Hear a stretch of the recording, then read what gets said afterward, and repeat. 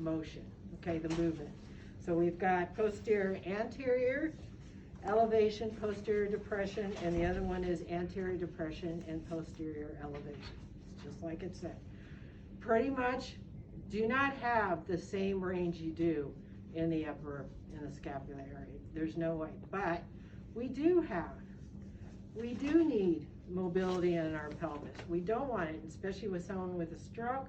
They can kind of get stuck with the trunk shortened and their pelvis is stuck. Because think about all the activities, what we have to do. For example, I'm just going to move this briefly. Go ahead. No,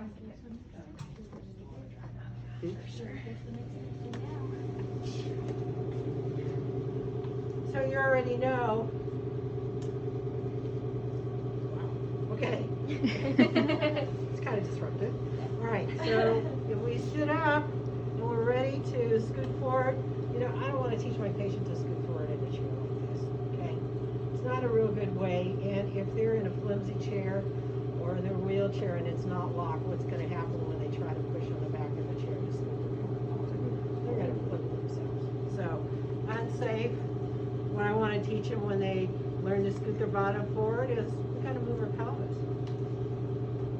If we can't move our pelvis, it's going to be real hard to move our bottom forward. Same with walking. We can walk, but when you walk and you swing through, your pelvis needs to come forward. Your pelvis needs to tip and come forward. If it doesn't, you're going to be walking like this. It's obvious there's something wrong. It's because I'm not allowing my pelvis to come forward. Does everyone see it? So, the mobility is important. Okay, so why don't you go ahead and face that way.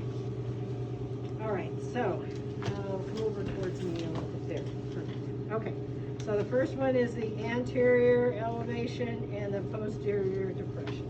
Okay? Don't dig. Please don't dig your fingers in it because it's not very comfortable. No, I mean your tendency is to try to dig in, and it's just not a real comfortable area because it's bony when you get into the ASIS if I dig into that. Okay, this is the first diagonal. This is the second diagonal. Okay, you can do it from the front, you can do it from the back. Again, I tend to do it from the back because then I can really focus on what's going on. I feel like being short too, the arms and the legs are in it, and I'm really having to reach to get over there. Whereas I find from this, I'm really here. So again, the instructions, work with rhythmic initiation. It's a good way to teach them to start.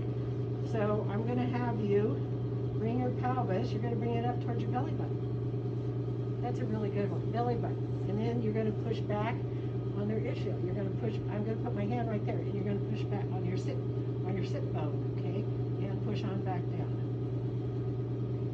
Up towards your belly button, down on your sit bone. Sit. Up towards your belly button. Not a lot of range, but there's range. Okay, does everyone see that? So those are good instructions. Up towards your belly button, down, sit on my hand on your sit bone. Bring it up and down. Now you do it. Up. Good. You guys are great because you know what to do, but our patients don't. They're just all over the place because they don't know their direction and they don't understand it. So this can take some time, but Russell's great. Follows the directions up towards your belly button and down because you're really up towards your belly button. You really contract your abdominals and down. Then you can give a little bit of resistance. Bring it up and push down. Push down all the way. He's got it pretty good. Okay, bring it up and push down all the way. He's got good range. Make him go through the full range. Okay? Questions about that? Okay, this one is like the scapula. It's kind of funky. It's like, I know I got to go here, so what are my directions? Okay, because now I'm going anterior depression, and I feel like, okay, what are my landmarks? This is a tougher one. So there's not good landmarks.